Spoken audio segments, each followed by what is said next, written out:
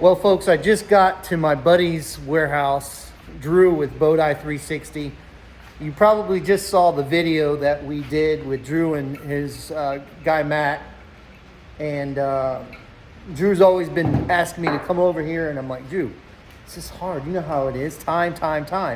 But I finally got over here, so he's going to show me around his shop and kind of give us an explanation of what he's doing and some of the things that are coming down the pipe. He's working with some really big companies, and opportunities are starting to show up that he never even thought of. And that's what happens in business, is that there's opportunities that happen that you don't expect. So we're going to get into it with Dhru about Boateye 360 a little bit more. I know a lot of my friends own them, and they absolutely love the product.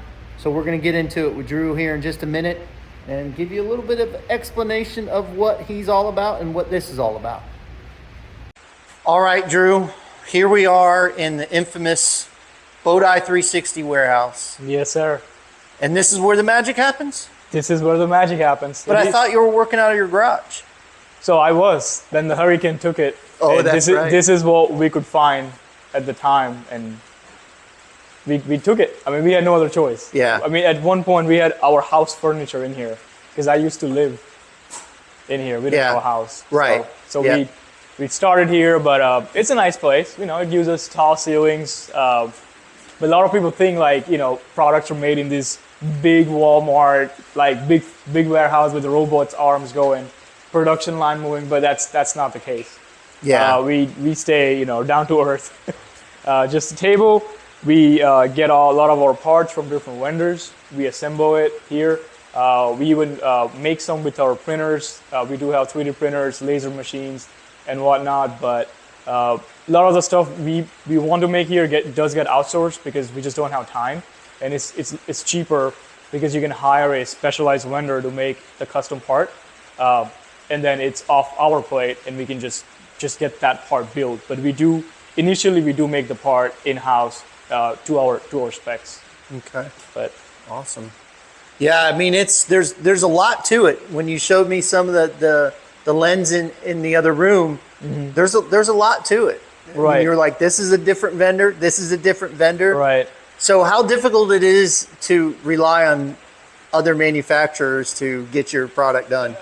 So I mean, that's supply chain, right? And I think a lot of us learned during COVID what happens when supply chain breaks. Like I personally didn't know like how complicated it is to manufacture something, because I always thought that, hey, like if a company made something, everything is made in just one place. But that's not true at all, because we have hundreds of vendors that specialize in hundreds of different things, right? I'll give you an example. All right, so to give you an example, this is one HDMI connector, right? Now, if I wanted to make this, I would have to make a mold and find a company to make it, and then they would have to produce it.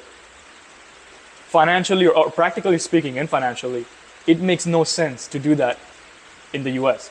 I just can't. Right. Because by the time I make the mold, create, find even a factory who's willing to even do this, it will be really hard and really expensive. So this part comes from overseas, from a different country. Mm-hmm. But we tell them like, hey, we want the cable this long. We want this port to be on this angle. So this is a completely custom cable for our camera, but it comes from a vendor. And then later on, we learned that this cable was too long. We need a shorter cable, but the vendor who makes this couldn't make the shorter cable. So we had to find a different vendor that could make a ribbon cable that, in bulk, in volume. So that's two vendors just for one little connector in a camera, to give you an idea. And we have hundreds of parts that go in it. Like for example, we use titanium screws on the camera. That's a vendor. Mm. We're not gonna make titanium screws in this warehouse. Right. It's just not going to happen, right? So, if one of those vendors, is slow or something happens, shipments get stuck, lost, it stops the entire production line. So that's something I learned. I'm still learning as we progress in the journey, that it's really complicated to make. So we say it's built in America, not made in America, mm-hmm. Because almost nothing is made in America anymore. Yeah. Sadly, because I want to make this here, everything, but we just don't have the vendor support yet. Unless you can get away with charging like $5,000, $10,000 for your camera, Right. then you can make in America. Right, but even then, there are certain parts That we you just just can't. don't have the factories for it. Yeah. We don't have the labor force. We don't have the factories. We don't have the machines. That's the sad reality of it. We are trying to bring as much as we can to US, and we are. So that's happening almost every month. We figure out a part that we can build and support local vendors, and we do that. But it's hard at the end of the day, but we're still trying. Well, it's really interesting, and like I said, when you broke down the lens part of it, I was like, wow. I mean, that's crazy how many vendors there's involved in it, and you're starting to realize that there's opportunities in so many different realms that you didn't even think of before. Kind of give us an example without giving too much information. Right. So we learned that these cameras can be used in so many different applications on boat that we didn't even know. Like, we didn't even know it existed, right? So, I mean, we get customers from all over the world with their unique requirements. Like, I'll give you a couple of examples. We have one where they're moving people from land to offshore oil rigs 24/7, back and forth. And they wanted something that's, a camera that can survive that 24 hours of use case in the salt. It's going to be salt spray from the ocean water, heat, temperature fluctuations, and all that. And they came to us and said, hey, this is something we need the camera for. And so we were in talks with them, and we're working with them. We had some fire rescue boats on some of the lakes up north where search and rescue it's a thing where they use our cameras for. We have some customers that off-road their vehicles. They go hunting in middle of nowhere, and they can't use their headlights because they don't want to scare animals. So they're literally driving their vehicles on private land. Using the Boateye 360. The Boateye 360, yeah. You're going to have to change the name. I know, I should. No, you can't do that now. We had interest from aviation, where we had a couple customers with their private helicopter, and they were just curious. They're like, hey, what if I were to install this on a plane, on a helicopter? How would it work? And we discussed some ideas. We don't know. We haven't tested it, but something they were curious about. So there's definitely a lot more to it than just boats. That being said, we're focusing on the marine side more. We don't want to get spread out too thin. Sure. So we're mainly focusing on just night navigation on a boat. Now, can we talk about that thing over there or no? No, we like to keep some things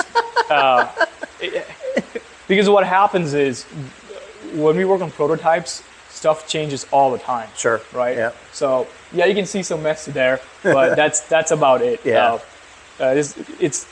We're changing so much that when we share something, then the customer asks us a question, then we don't want to tell them like, hey, we didn't do that, right? Because we're always changing. Yeah. Because we're testing and we're innovating. And it's technology, yeah. And it's not fair to our current customers because we're not coming out with stuff tomorrow. I mean, this is 6 months, year, 2 years down the road that we are working on, right? So we don't have timelines for these things. So it's unfair to current customers, when we constantly talk about some new stuff. I'm excited. I know you're excited, but some of it is best to just keep in house. Sure. No, I get it. I understand. Well, awesome. So let's go take a tour of that room in there. Right. Sure. All right. So this is the warehouse side, right? We're gonna go on the cleaner side, which is the R&D side, I like to call it. Okay. Where are we right now? We are on the other side where a lot of the R&D happens. We test the cameras a lot here. We have employees or contractors that work with us remotely. So I like to hire the best for the job, and it's hard to find a specific person that's really into the niche in Sarasota, for example. So I do hire them online, and we collaborate all online. So these are our dark boxes. So this is where we fine tune the cameras, because I can't be out on a boat every night. I used to. When we started, I didn't have any of this. I would go on my little 17-foot boat and with my laptop, right? And I would fine tune the cameras in live, just real world. And that's how we got our first camera, the initial, I call it MVP, minimal viable product, right? But now we do all that in here in a controlled environment. So we create a starlight and moonlight effect in here, because once you close it, it's completely dark. And a funny story, right? When we moved here, we had more of these, and my landlord was visiting one day, and he thought I was growing something in here. So he goes, Dhru, I can't have you as a tenant. I saw in there what you're doing. I can't let you do that. I'm like, what are you talking about? He's like, I saw those green boxes. You're growing stuff, aren't you? And I'm like, come follow me. And I had to show him every box.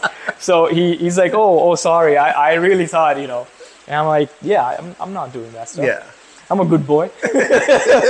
So yeah, so now somebody comes in, we always like, hey, keep those things open so nobody gets the wrong ideas. But that's what we do. We have all this hardware and module, and we're always testing stuff like, so I can show you some of it. So like, this is the lens part you were talking about. Different vendor. A lot of our code on software engineering that goes in here.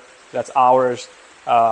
But yeah, it's just, this is one module that we have. We have many different hardware, but a lot of it is figuring it out, custom requirements, talking to the folks who actually make the individual parts and telling them what we want, and then after that it's just testing and just iterating from there on out. And we can go through a 500 to 1,000 cycles before we can actually say, okay, this is good. Wow. Sometimes we'll go through 100 changes in a day. Yeah, it's a non-stop process of constant feedback. Sometimes we get feedback from customers. Sometimes we feedback from when we are testing out at night. I have a test boat at my house that we constantly use to not only test these, but we also internally compare with competitors and make sure that we're at top when it comes to just side by side and whatnot. But so some of the things that I see online, because you do a lot of advertising, which is great. You're growing your business, which is awesome. But I see some people respond, and I've responded back to them because, of course, people are giving their opinion about a product that they haven't used. So one of the biggest things, though, is some people come in and go, oh, I wouldn't pay $1,000 for that. I'd pay $500. Well, now you folks get an idea of what it actually takes, right, to do something like this, and you're just hitting the very tip of the iceberg. Yeah, it's very high level. Yeah. Mm-hmm. So it's people think, and I had this with another company. People think it's all easy to run a business, and it's one of the most difficult things to do. You have to have the right mind for it. You have to have the right stamina for it. You have to just have the right mind frame for it to be able to stomach some of the things that you go through as a small business owner. And it's funny to see you go from where you went from in the very beginning, right, when you first came to me, yep, and you barely would talk on camera, right, and now you're very comfortable in front of the camera because you know that it's a very important part of your business, right, to be able to tell people about your product, let people know what your product's about. And so that's a really cool thing about it, is that I'm sitting over on the sidelines just watching you do your thing, and it's like, wow, he's making this thing go and grow, and it's, I guarantee for you, it's so satisfactory to see how this thing is progressing. Right. I mean, it's you're right, extremely stressful at times, but it's also extremely rewarding. When we get calls from customers like, hey, I just installed your camera, and I was out with my son or daughter last night, and I'm so glad we had this because we saw a floating log or like a piling sitting out of water, and it gives me goosebumps, just even like listening to those stories. So it's extremely rewarding in that sense. Also, just knowing that you created something, right? Like, I'm always been the kind of person who like to make something. Although my previous career was IT, and I was not really making anything physical. It was all like on the software side. But it is rewarding in that sense. But yeah, to the price point that you talked, it is extremely expensive for R&D to do some of this stuff, because you can't just go to a vendor and say, I want a custom part, but I only need 5. They want volume, right? Right. So, and if you make the wrong part at volume, now you're talking, tens of thousands of dollars being wasted. And I'll show you the boxes we have just piled up, because either we made the mistake, or the vendor made the mistake, or communication wasn't there, something happened, and we were 1 millimeter off on specific thing, and now it doesn't fit, because these cameras are waterproof, right? So like, they have to be exactly perfect to seal all the components, because even the tiniest bit of gap, and now you have moisture problems inside the camera. But yeah, it's, so we test here, and I used to sleep here. I used to sleep on that couch. It's really small, but I'm also really tiny. So like, you do what you do, Yeah. just to get there. Yeah, you gotta. It's a fun people journey. don't realize too. You gotta sacrifice a lot to make a business, because typically the first 5 years is when you know it's either going to work or it's not going to work. Right. And you're succeeding so well that you're going to see that probably in your. I'd say we're growing, but you're growing, but you're succeeding. Right. You're growing, and so I think that 5 years is probably going to be about 2.5 years for you, if not even sooner. Right. That's what we're hoping. Because it's just you're doing it right. Right. You're standing behind your product. You have a great product, not a good product, a great product. We use it every time we go out, and I show it every time we go out. And just like the video that came out last night, it was right there showing people what it looks like. Yeah. So, you do have to sacrifice a lot, but in the long run, like you said, it's very satisfying. Yeah, it is. Yeah. Especially in a product that could help save somebody's life. I mean, that's really important. I sell fishing jigs and bait. It's not going to save somebody's life. But again, with what you're doing is, I've had some people come to me and say, if it wasn't for that camera, I would have hit this certain object. Right. I've had 2 people. One person was a floating log in the water, and the other one was a buoy that didn't even show up on their radar. Right.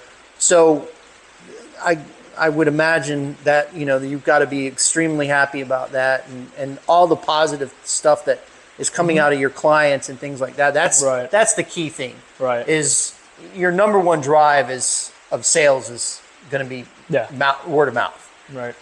Then everything else falls into place. But you're doing it right. You have a great area. You have a great product, and I know that you're working on a lot of different things. Right. And that's the neat thing, is that we can revisit every few months, and you say, oh yeah, we're just coming out with this, and this is what we're doing. And I have a feeling that you're going to come up with something that's going to kind of change the industry a little bit. Yeah. Well, let's hope, right? Yeah. We're always trying. We're small business, small team. We're growing a team too. Now we have legal, we have accounting. Like, some of these folks are not here; they're just working from wherever. But we do have those things, because when I started, it was just me, right? I was the janitor and I was the CEO. You can call it whatever. I did everything. But now we have Matthew, who does the assembly and things I didn't know that you need, like legal. Expensive, but you need it. Yep. Accounting. The amount of paperwork you have to do when you sell something, overseas or even here. Well, one thing you probably realize that I know about myself is that I can't do everything. I don't want to do everything. Yeah, me neither. I'm not an accountant, so we have an accountant to do that. I hate numbers in that sense. Right. I hate I like seeing sales, but I hate doing taxes. Oh boy. Oh boy. I didn't know, right? Yeah. So I started, and they're like, so in this state, if you sell more than 100,000, then you got to pay taxes here. If you're in this state, if you did this, how do I keep track of all this? Yeah. Right. So we had to hire some people for that, and I'm glad, because I am good at this. I'm an engineer, and I always told people, like, I'm not a salesperson, but I am getting really good at it over time. I'm getting better at it. As I tell people, when my wife used to say it to me, she goes, I could never be in sales. And I'm like, you are every day of your life. And she was like, what are you talking about? I said, you sell yourself every day of your life. Right. Doesn't matter the circumstances or anything else. You are selling yourself. And I mean this as a person, your personality, not the body or anything else like that. But you sell yourself every day that you live. You may not think of it like that, but you really do. It doesn't matter what business you're in. When you were in technology, right, you had to sell yourself to somebody to be able to get into that position, right, and work that position and keep that position. Right. So people don't realize that. So if somebody's out there and says, well, I'm not a salesperson, I can't sell anything. Yeah, you do. You sell yourself every single day of your life. So always remember that. And yes, you'll become more comfortable in certain positions that you never thought you would be comfortable in. Right. You know, yeah, that's already happening. I mean, you know. Yeah. So but yeah, overall, you know, we'll be moving to a larger warehouse. We're kind of maxing out this area. But yeah, no, thanks to all the people who buy our cameras, and we really appreciate that. Yeah. It had really helped. The feedback from customer helps us a lot. Yeah, so. definitely. And word of mouth. I mean, you know, in your neighborhood, one person bought it and then all his friends found out. And so we always see these trends where like one person will buy it and then he will share it with all his friends in that area, and we'll get more orders from just that one zip code. Yeah, so that's awesome. It's cool to see that. Yeah, that's awesome. Well, Dhru, I want to thank you for your time. I really appreciate it. Of course, we've built a good friendship over the, what has it been? Well, you're my mentor, right? Oh, no, I'm not. Over what, the last year or so? Yeah. It's been over a year, right. definitely. Well, I'll just say one thing before you end. So in the hurricane, I was going to stop all this, right? I was going to say, I can't. I lost my house and cars, and we were going to just, I was going to go back to IT, right? Things were really tough. But Todd told me not to, and I kind of took his advice, and we're still here. So I want to say thank you. No, that's awesome, brother. For, you know, giving me the right advice and not letting me give up on the dream. So yeah, really appreciate that. My biggest thing, now you gave me goosebumps. No, I'm serious though. I mean, I from the bottom of my heart, I really that. wasn't up. Yeah. When you seen the pictures, there was nothing it was left. you were devastated. Yeah, it was bad. No, I had the same feeling when I walked into my warehouse, but I was like, no, I can't think like this. And then, you know, people came and helped, and so it was awesome. So many people. Yeah. I mean, people. I saw your pictures, and you know, we're dealing with the same stuff, and I'm like, man, I wish I could go help. By the time I was ready to go and help, they already had your stuff done with you, and so I had to help my guy Rich, who works for me, but overall, it's just, if you guys are interested or want to see what Boateye 360 is about, go to Boateye360.com. You can see all the videos. You can see Dhru's story. He said it on our show a couple times. Matter of fact, this video is coming out after the show that we just did, where he caught his first mahi. He caught his first triple tail. So that was a fun. The film came out really good, and your excitement on that on that mahi came out really I mean, good. it took me 2 years to catch a mahi, because every time they would show up, all my friends would catch it. And I'm trying everything. I'm trying, you know, different bait and lure. And I'm like, why can't I catch a mahi? And finally it happened. I didn't even expect it to be mahi in this summer, like heat in the Gulf. But it happened, and I was really excited. So awesome. Well, again, thank you so much for sharing your spot with us, and continued success, my friend. I know it will come.